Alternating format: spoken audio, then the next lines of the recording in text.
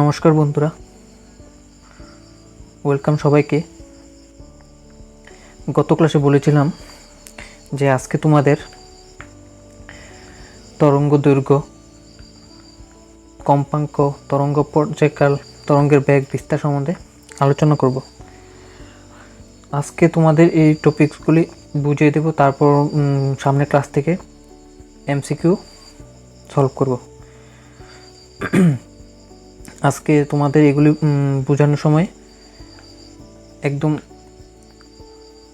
ফর্মুলাগুলিও তোমাদের একদম বুঝিয়ে দেব, যেন তোমাদের সামনে যখন এমসিকিউ করব তখন তোমাদের ওই ফর্মুলাগুলি কাজে লাগবে।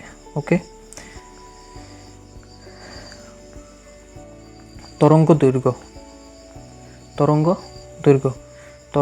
তরঙ্গ দৈর্ঘ্য আমি আগেও বুঝিয়েছিলাম, আজকে আবার বুঝিয়ে দিচ্ছি।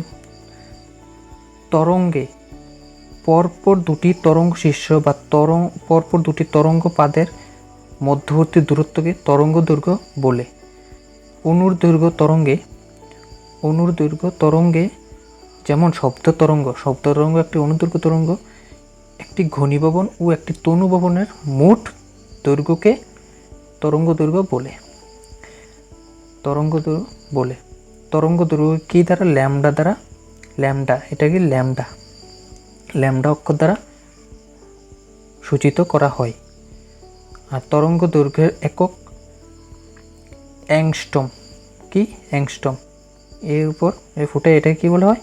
Angstrom. 1 angstrom 10⁻⁻8 centimetre. 10⁻⁸ centimetre. 1 angstrom is equal to 10⁻⁸ centimetre. Okay, আর 1 অ্যাংস্ট্রম সমান 10⁻⁻10 মিটার। 10⁻⁻10 মিটার। ওকে, তাহলে তরঙ্গ দৈর্ঘ্যটা আমরা বুঝিয়ে নিচ্ছি কীভাবে। দেখো, এটা একটা তরঙ্গ, আগেও বলেছিলাম আমি, আগের ক্লাসগুলি তোমরা যদি ফলো করে থাকো তাহলে বুঝবে, এটা আর সহজ করে বুঝবে। এইখান থেকে এইখান একটি এতটুকু একটি পূর্ণ তরঙ্গ। একটি পূর্ণ তরঙ্গ। এই জায়গা থেকে এই জায়গা যে দূরত্ব, এই দূরত্বটাকে বলা হয় তরঙ্গ দৈর্ঘ্য। আবার এই বিন্দু থেকে এই বিন্দু পর্যন্ত কি বলা হয়? তরঙ্গ দৈর্ঘ্য। আবার এই বিন্দু থেকে এই বিন্দুকে বলা হবে তরঙ্গ দৈর্ঘ্য। একটি তরঙ্গ শীর্ষ, পরপর দুটি তরঙ্গ শীর্ষের বা পরপর দুটি তরঙ্গ পাদের দূরত্বকে কি বলা হবে? তরঙ্গ দৈর্ঘ্য। আর শব্দ তরঙ্গ একটি কি? শব্দ তরঙ্গ একটি অনুর দৈর্ঘ্য তরঙ্গ। দেখতে কেমন? অনুর দৈর্ঘ্য তরঙ্গ এইরকম।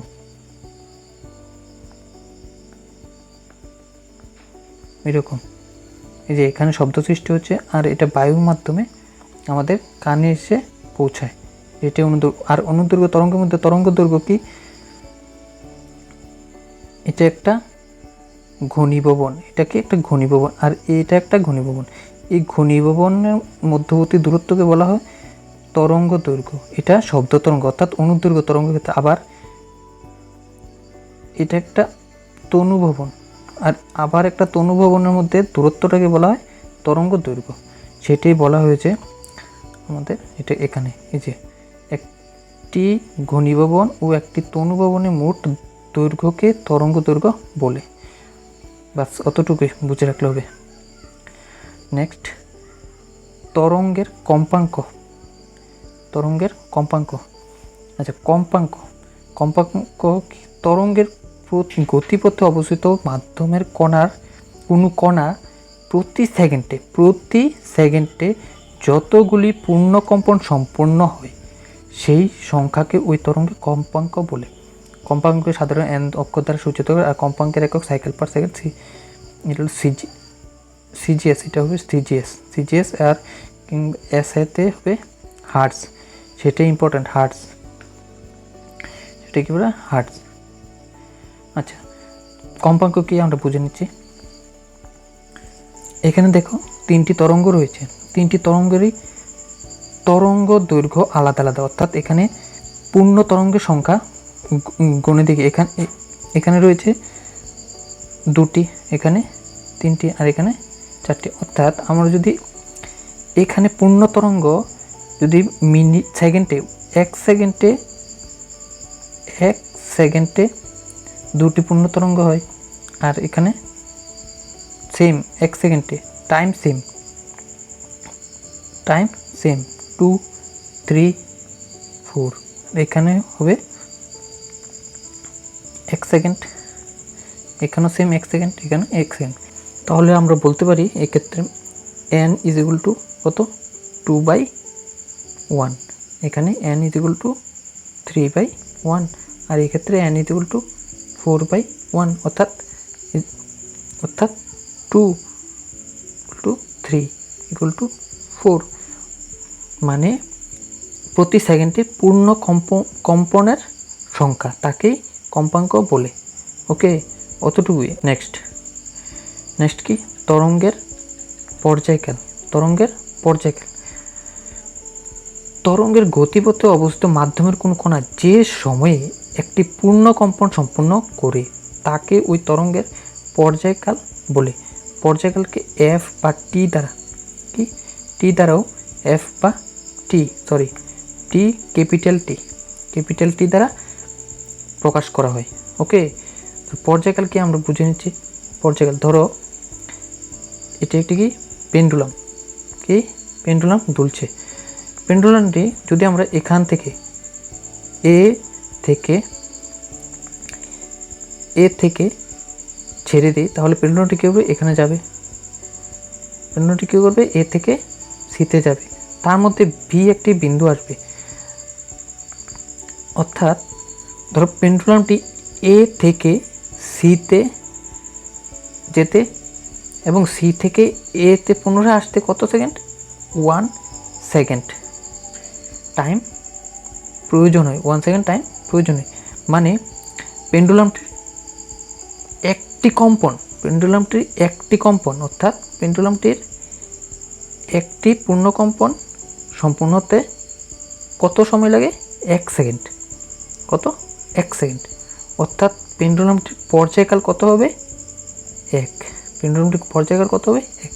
অর্থাৎ একটি পূর্ণ কম্পন সম্পূর্ণ হতে যে টাইমের প্রয়োজন, তাকে বলা হয় পর্যায়কাল। আর পর্যায়কাল একক সেকেন্ড।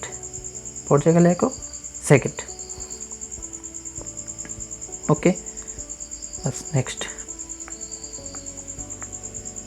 তরঙ্গ বেগ, একদম ইজি। তরঙ্গ বেগ কি,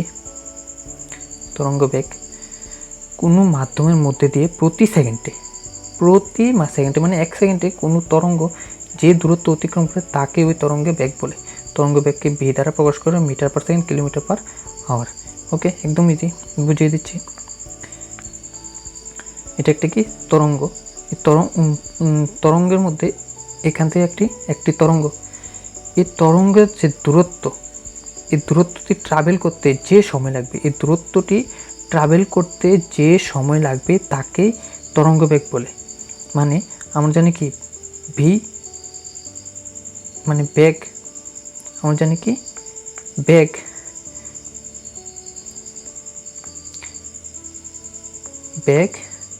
ইকুয়াল টু সরণ বাই কি সময়। তাহলে এক্ষেত্রে কি, যদি এখান থেকে এখানে যেতে 1 সেকেন্ড সময় লাগে, 1 সেকেন্ড, এবং দূরত্ব যদি 5 হয়, তাহলে কি হবে, এখানে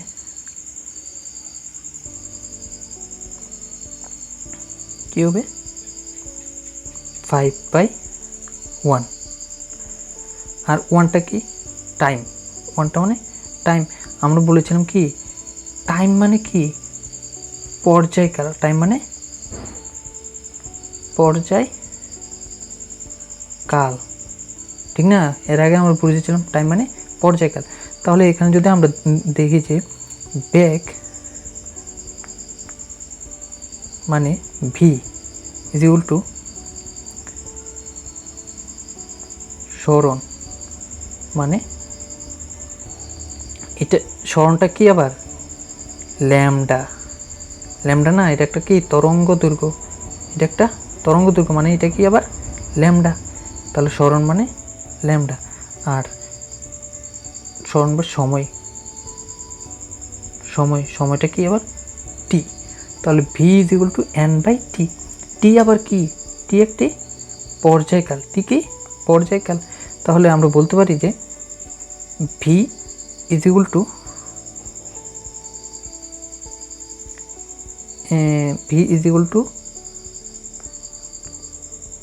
lambda by T. V is equal to lambda by T. আবার আমরা জানি N is equal to 1 by T. তাহলে আমরা লিখতে পারি V is equal to N lambda, তাই না? V is equal to N lambda, সেটাই। তাহলে সেটা একটা কিন্তু ইম্পর্ট্যান্ট ফর্মুলা। তাহলে আমরা বলতে পারি কি, তরঙ্গ মানে কোনো তরঙ্গ প্রতি সেকেন্ডে বা কোনো একটা সময়ের সাপেক্ষে যতটুকু দূরত্ব অতিক্রম করে তাকেই তরঙ্গ বেগ বলে।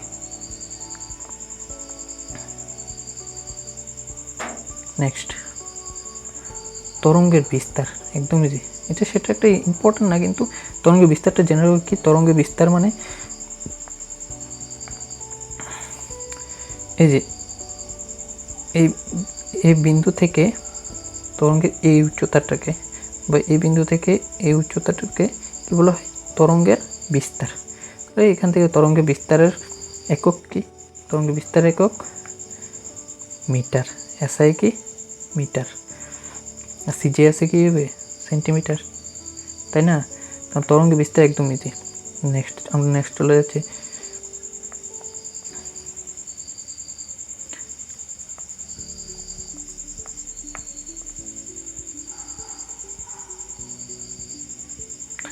ওকে, আজ অতটুকুই, আজকে আর নেই। Next date.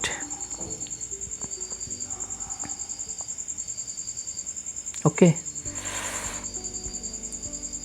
আজকে অতটুকুই। নেক্সট ডেট আমরা কিছু এমসিকিউ সলভ করব। থিওরি আর পড়বো না আমরা, থিওরি শেষ। ওকে, নেক্সট ডেট থেকে আমরা এমসিকিউ শুরু করবো। তো আজকে অতটুকুই, ধন্যবাদ।